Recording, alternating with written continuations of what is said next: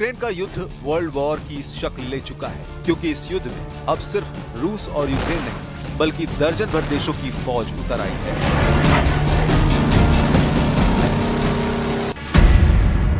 रूस और यूक्रेन के युद्ध में अमेरिका के बाद अब चीन और पाकिस्तान की एंट्री हो चुकी है। ये बहुत ही गंभीर इल्जाम जेलेंस्की का है।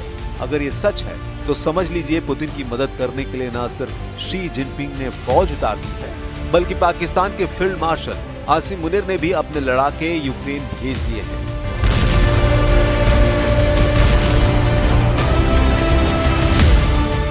इस वक्त यूक्रेन में हो रही जंग कई फ्रंट पर लड़ी जा रही है और इसमें कई देशों के लड़ाके शामिल हैं। ज्यादातर विदेशी लड़ाके भाड़े के सैनिक बताए जा रहे हैं। यूक्रेन के राष्ट्रपति व्लादिमीर जेलेंस्की का दावा है कि रूस की तरफ बहुत से विदेशी लड़ाके शामिल हैं। ये ऐसे सैनिक हैं जो भाड़े पर युद्ध लड़ रहे हैं।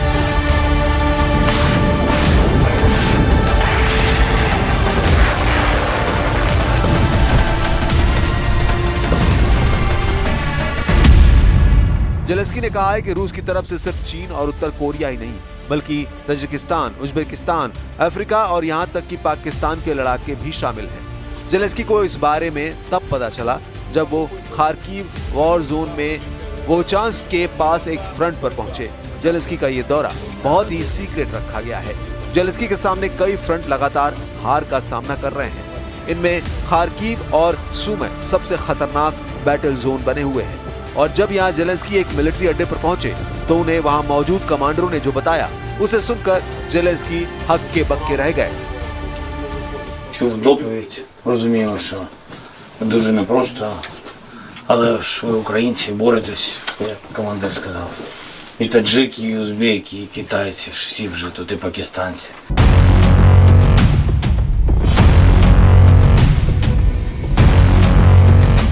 इससे पहले जेलेंस्की आरोप लगा चुके हैं कि पुतिन उत्तर कोरिया के साथ साथ चीन के लड़ाकों को शामिल करना चाहते हैं। लेकिन अब पाकिस्तानी लड़ाकों के बारे में सुनकर जेलेंस्की बहुत ज्यादा तनाव में है। 3.5 साल से जारी यूक्रेन और रूस के युद्ध में हर महीने कोई ना कोई बदलाव आ रहे हैं। किसी फ्रंट पर जब जेलेंस्की हावी होते नजर आते हैं तो पुतिन उस जगह ऐसी कार्रवाई करते हैं कि कुछ ही हफ्ते में जेलेंस्की की सेना के पैर उखड़ जाते हैं। पुतिन को काउंटर करना जेलेंस्की के लिए मुश्किल साबित हो रहा है। यही वजह है कि जेलेंस्की हार के कारणों को तलाश रहे हैं। हालांकि भाड़े के सैनिकों को लेकर जेलेंस्की ने जो आरोप लगाए हैं, पाकिस्तान ने उन्हें बेबुनियाद करार दिया है। पाकिस्तान के विदेश मंत्रालय ने कहा कि अब तक यूक्रेन ने अभी तक इसका कोई सबूत नहीं दिया है, न ही इस बारे में जेलेंस्की ने उनसे कोई संपर्क किया है। पाकिस्तान ने जेलेंस्की के इल्जाम पर फौरन जवाब दिया है, क्योंकि इस मुद्दे पर खामोशी का मतलब इकरार होता और फिर ट्रंप के गुस्से का सामना पाकिस्तान कैसे करता। ऐसा पहली बार नहीं है जब जेलेंस्की ने यूक्रेन के युद्ध में विदेशी लड़ाकों के शामिल होने के आरोप लगाए हैं। इससे पहले उन्होंने चाइनीज लड़ाकों का नाम लिया था, जिसे चीन पहले ही खारिज कर चुका है, जबकि उत्तर कोरिया के सैनिक कुर्स्क के फ्रंट पर लड़ रहे हैं। इस बात का हल्ला जेलेंस्की ने कई बार किया है, लेकिन पाकिस्तान के लड़ाकों का जिक्र जेलेंस्की ने पहली बार किया है। विदेशी लड़ाकों को लेकर जेलेंस्की ने कहा है कि सामने जो भी होगा उसका मुकाबला करेंगे। Напрямок Вовчанський дуже важливий. І для мене честь сьогодні нагородити бійців 57-ї бригади. बम धमाकों से बने ये खंडर बता रहे हैं कि पुतिन ने यूक्रेन में गाजा प्लान एक्टिव कर दिया है। यहाँ गिरे हर एक बम से हुई तबाही बता रही है कि रूस के हमलों की दहशत कैसी होती है। ये वो इलाके हैं जहाँ रूस की फौज पर कब्जा कर ले। जेलेंस्की को अंदाजा नहीं है। फिलहाल पुतिन डॉनबास पर अपनी पकड़ और मजबूत बनाना चाहते हैं, इसलिए उन्होंने डोनेट्स्क के गवर्नर डेनिस पुशलिन को मॉस्को बुलाकर मुलाकात की है। पुतिन अब डोनेट्स्क में पानी की सप्लाई और बेहतर करना चाहते हैं, जबकि खबर यह है कि जेलेंस्की ने रूस की फौज का पानी रोकने की पूरी तैयारी कर ली है। Хотел с вами обсудить сегодня некоторые вопросы, которые считаю наиболее актуальными. Это водоснабжение. Честно вам скажу, что самым сложным вопросом и серьезным вызовом для нас является, конечно же, вопрос водообеспечения. Вопрос для нас обострился после того, как противник устроил водную блокаду. इससे पहले पुतिन ने यूक्रेन के हर बड़े शहर को टारगेट करने का फैसला किया है।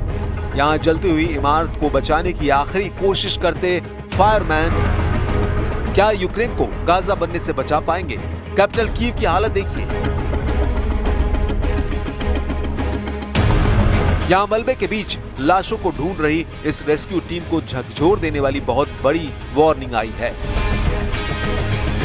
क्योंकि अगली बार पुतिन ने यूक्रेन की हर बड़ी इमारत को जलता हुआ ताबूत बनाने का इरादा कर लिया है। जेलेंस्की के लिए रूस की वार्निंग वाया जर्मनी आई है। पुतिन यूक्रेन पर अब तक का सबसे बड़ा हमला करने जा रहे हैं। जर्मनी के एक बड़े army commander major general Christian Freuding ने कहा कि रूस अब यूक्रेन पर 2000 ड्रोन से हमले करने जा रहा है। सवाल है क्या पुतिन और उनकी सेना के पास इतनी बड़ी स्ट्राइक की क्षमता है? यूक्रेन पर होने वाले हमलों और जर्मनी के कमांडर की वार्निंग दोनों को गौर से समझे तो समझ आएगा कि पुतिन युद्ध के दौरान अपनी ड्रोन उत्पादन क्षमता इतनी तेजी से बढ़ाई है कि अब उसके सामने न यूक्रेन, न अमेरिका और न ही पूरा नेटो टिकता हुआ नजर आ रहा है।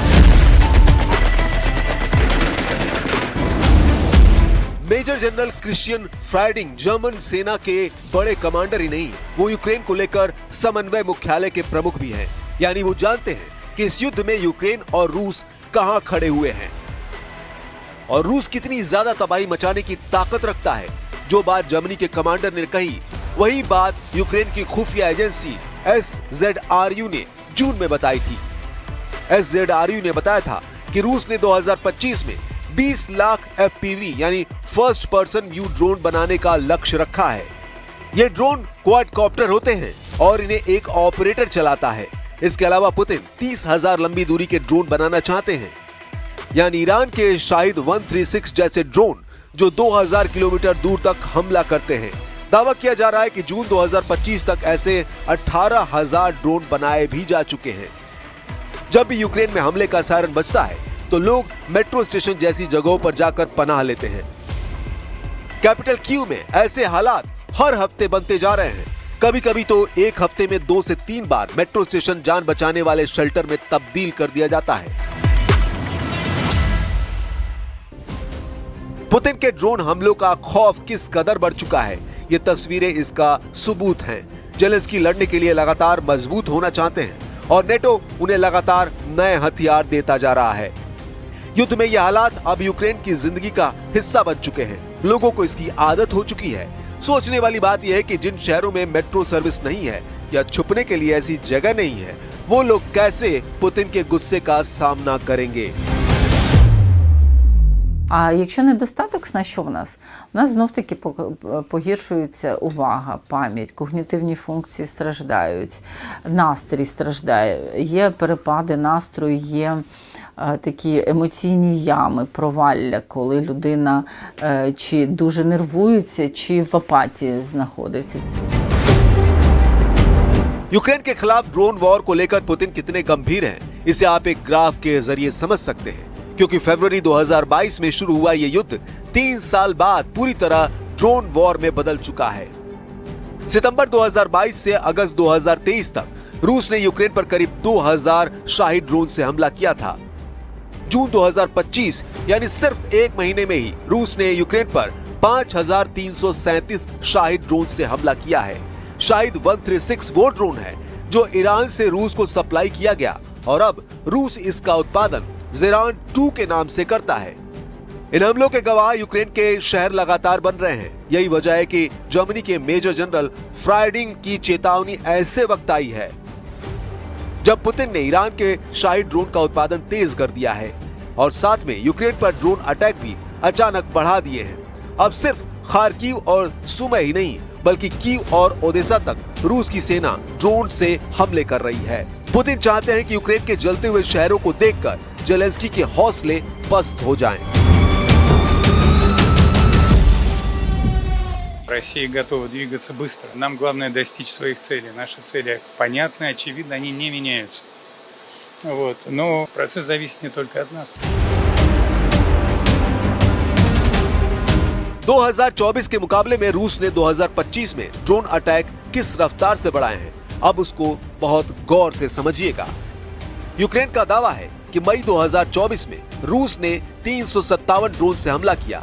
6 महीने बीते और रूस का और ज्यादा कोहराम बरसा जब नवंबर में रूस ने 2434 ड्रोन से हमला किया। 3 महीने बाद फरवरी 2025 में पुतिन ने 3,902 ड्रोन से यूक्रेन पर हमला किया। जून 2025 में यह तादाद 5,337 ड्रोन तक पहुंच चुकी है। अब ग्राफ देखकर अंदाजा लगाइए कि पुतिन का ड्रोन वाला गुस्सा कितना खतरनाक होता जा रहा है। कीव में जब ड्रोन गिरता है तो उसका टारगेट क्या होगा, ये सिर्फ पुतिन जानते हैं। कैपिटल कीव में जेलेंस्की को बचाने के लिए तमाम एयर डिफेंस सिस्टम लगे हुए हैं, लेकिन सवाल है कि आम लोग कहां जाएंगे।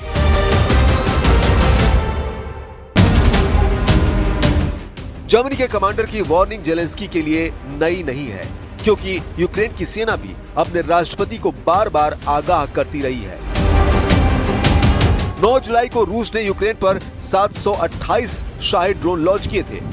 इसमें कई ड्रोन थे तो कई डिकॉय यानी नकली ड्रोन भी थे, जिन्हें रोकने के लिए जेलेंस्की को महंगी एयर डिफेंस मिसाइल फायर करनी पड़ी। German commander major general Christian Freuding के मुताबिक रूस जब ईरान से मिला शाहिद 136 ड्रोन लॉन्च करता है तो उसकी कीमत करीब $50,000 होती है।